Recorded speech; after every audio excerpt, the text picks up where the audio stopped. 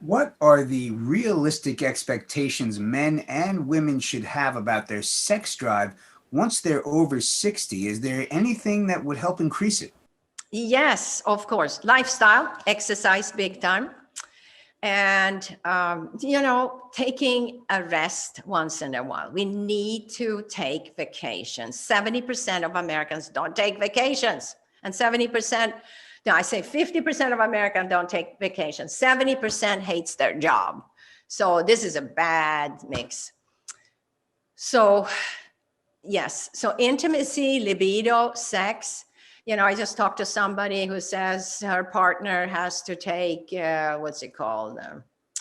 The pills to have, to be able to have sex. And she has a problem because she's dry since menopause. So this is a bad combination. So first of all, it takes a good relationship. It takes that we do things together, we exercise together, we have, if we don't work together, that we have hobbies together, that we share a ton of things. Of course, we can't be two individuals that don't have anything in common, but we use a mix of nourishment. It's called Circulation Max. And that is great to help ED, but it's really very much for cardiovascular problems, circulation problems, and it makes nitric oxide, and that's the deal. That's the deal. So I think people really need to realize that this needs to start long before we're 60, but it's not too late. It's not too late, but the sooner that we start with lifestyle, the better life we're going to have when we get older. And I know that baby boomers don't want to be lost. They want to have a life until they die. They want to have good sex life, they want to be able to exercise, go places, travel. They want to have social life. They want to, and when people say, I eat well, that means that I should be able to eat anything I want. That is the wrong thing to think, because then it takes it to, I should be able, I can afford it. I can afford to eat meat 3 times a day. I can have desserts. I can have alcohol. Then you pay a big price. So if you're instead saying, I can eat really well, eat a plant-based diet, I can take walks, I can exercise, I can take care, so that I'm able to do everything that I want to do. That's the deal, vibrant life, rejuvenation, and taking care, having vacation. I know people look forward to retirement. It's one of the biggest stressors in our life. Imagine that. One of the biggest stressors. Here, people look forward to retire. I don't ever want to retire. The people I have worked with never retired. And Vigmor never retired. Alma in Sweden, that I ran her clinic, she never retired. She lived to 96. She never stopped working. Were we supposed to stop working? No, that's because of the Industrial Revolution, that we worked so hard, so many hours, 12, 14, 16 hours, we were burned out, that we had retirement and we lived a few more years.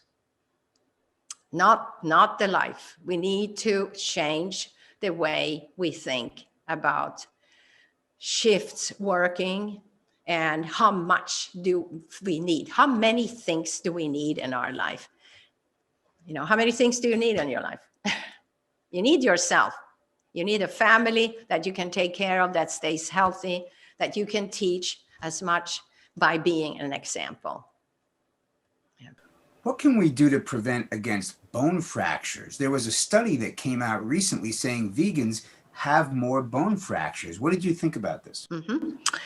Vegans does not have more bone fractures. If you look at the osteoporosis in the world, it's in the Western world where we drink tons of milk and tons of dairy. And the calcium that's in dairy is 8 times stronger, I think 4 or 8 times stronger than our mother's milk. So it just makes us grow big and tall. Yeah, I'm from Sweden. We all grew tall. But we have so much more fractures from osteoporosis, osteopenia, osteoporosis. That is in the world we live in, the Western world, that we have these problems. So no, I don't know who says vegans have more of that. Absolutely not. But if I'm vegan and I don't exercise, I don't lift weights, I have to lift weights, because they're putting weight on my muscles actually builds my bones. So there's only one way to build bone. It's weightlifting, you know. What do you do if you've been exposed to a lot of medical radiation in your life? How can you get it out of your body? So medical radiation. Oh, and I just want to add a few things to the osteoporosis too, because that calcium that's so high in cow's milk drains your bones and teeth of calcium. So that's really important to know. That's the opposite. All the ads about, got dairy and the calcium that you need so well, it drains it. It drains it. So now, so what can we do about radiation we get from x-rays and dental x-rays, right? So we take saunas every day. It's one of the best. It's called far infrared sauna. Heats you from the inside out, sit there 15, 20, half an hour, and really pour sweat. That's great. Otherwise, we can take a bath with sea salt and baking soda.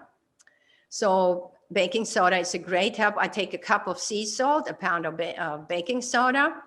I can put some aromatherapy oils in there. And I sit in that twice a week to clean up. But sauna is even better.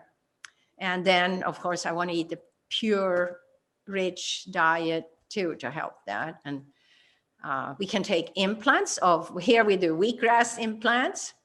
So we actually take in a little syringe, we take wheatgrass juice and we take it rectally, and it helps to clean, because liver is the detox organ in your body. Everything goes there sooner or later. So this implant actually helps not only to clean your large intestine and intestine up all the way to the liver. It's amazing.